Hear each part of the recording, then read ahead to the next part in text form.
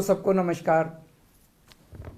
अभी कुछ दिन पहले हमने एक कैंपेन चालू किया था, एक movement, make India number 1। 130 crore लोगों का सपना है कि भारत दुनिया का नंबर 1 देश बने। लोगों का प्रश्न है कि हमें आज़ाद हुए 75 साल हो गए, फिर भी भारत पिछड़ा क्यों रह गया? कितने देश हमसे आगे निकल गए। आज जब दुनिया में कहा जाता है कि भारत एक गरीब देश है, भारत एक पिछड़ा देश है, बहुत तकलीफ होती है। 130 करोड़ लोगों का सपना है कि भारत दुनिया का नंबर 1 देश बने, भारत एक विकसित देश बने, भारत अमीर देश बने, भारत सर्वश्रेष्ठ देश बने, भारत शक्तिशाली देश बने। 130 करोड़ लोगों का सपना है।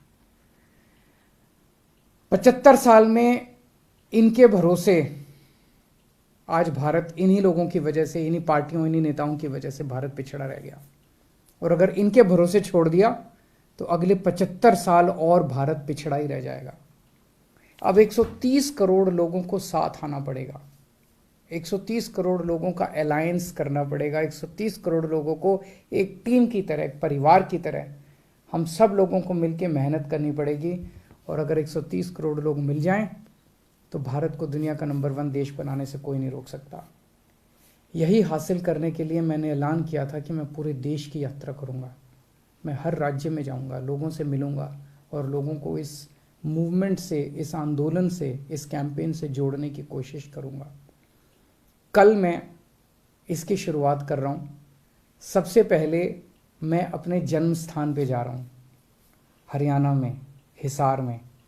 मैं हिसार में पैदा हुआ था। हिसार में एक गांव है, हिसार के पास सिवानी, वहाँ पे पैदा हुआ था। हिसार से मैं अपनी इस शुभ यात्रा का, पवित्र यात्रा की शुरुआत कर रहा हूँ। और वहाँ से एक एक करके सभी राज्यों में जाएंगे, लोगों को जोड़ेंगे। जो जो लोग इस आंदोलन से जुड़ना चाहते हैं, मेक इंडिया नंबर 1 कैंपेन से, हमारे को इस नंबर पे मिस कॉल करके आप जुड़ सकते हैं। 95-100-100 95-100-100 इस नंबर पे मिस कॉल करें और आप हमारे साथ जुड़ जाएंगे। मैंने अक्सर कई बार बोला है कि भारत को दुनिया का नंबर 1 देश बनाने के लिए बहुत सारे काम करने हैं, लेकिन एक चीज कहते हैं ना, necessary but not sufficient condition. Necessary condition ये है कि जब तक हमारे देश के हर बच्चे को अच्छी से अच्छी शिक्षा नहीं मिलेगी, शानदार शिक्षा नहीं मिलेगी, फर्स्ट क्लास शिक्षा नहीं मिलेगी, जैसे अमीरों के बच्चों को प्राइवेट स्कूलों में जैसी शिक्षा मिलती है, वैसी शिक्षा इस देश के हर बच्चे को, चाहे वो मिडिल क्लास का हो, चाहे वो गरीब हो, उसे अच्छी से अच्छी शिक्षा नहीं मिलेगी और फ्री में शिक्षा नहीं मिलेगी, तब तक देश आगे नहीं बढ़ सकता। 1947 में हमारा देश आज़ाद हुआ।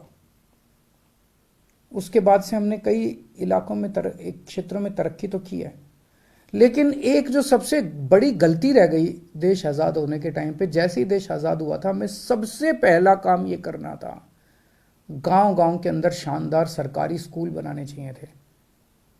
कोने कोने के अंदर शानदार सरकारी स्कूल बनाने चाहिए थे।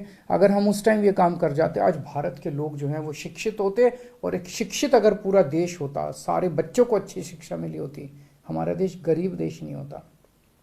75 साल खराब हो गए। कल प्रधानमंत्री जी ने एक ऐलान किया कि 14,500 सरकारी स्कूलों को देश भर में अच्छा बनाया जाएगा, मॉडर्न बनाया जाएगा। बहुत अच्छी बात है, लेकिन 14,500 स्कूलों से क्या होगा? देश में 10.5 लाख सरकारी स्कूल हैं, 10.5 लाख। अगर 14,500 स्कूल एक साल में अगर करेंगे तो 100 साल लग जाएंगे 10 लाख स्कूलों को, 70-80 साल लग जाएंगे 10 लाख सरकारी स्कूलों को ठीक करने में। इतना टाइम तो नहीं है। 75 साल खराब हो गए। अब हमें, मेरी अपील है प्रधानमंत्री जी से, मेरी अपील है केंद्र सरकार से कि सभी राज्य सरकारों के साथ मिलके प्लान बनाया जाए, 10.5 लाख के 10.5 लाख स्कूलों को एक साथ मॉडर्न और बेस्ट क्वालिटी का बनाया जाए, एक साथ बनाया जाए, और कोशिश ये की जाए कि 5 साल के अंदर हम ये हासिल कर सकें। जब तक हमारा देश के बच्चों को अच्छी शिक्षा नहीं मिलेगी तब तक देश आगे नहीं बढ़ सकता। आप दुनिया का कोई भी डेवलप्ड कंट्री उठा के देख लीजिए, कोई भी विकसित देश उठा के देख लीजिए, जापान है, फ्रांस है, यूरोप का कोई भी देश है, इंग्लैंड है, अमेरिका है, कनाडा है, कोई भी उठा के देख लो, एक देश बता दो जिसने जो डेवलप्ड हो गया हो, जो आगे बढ़ गया हो, जो अमीर बढ़ गया हो और उन्होंने अपने बच्चों को अच्छी शिक्षा का इंतजाम ना करा हो। बिना अपने बच्चों को अच्छी शिक्षा दिए हम आगे नहीं बढ़ सकते।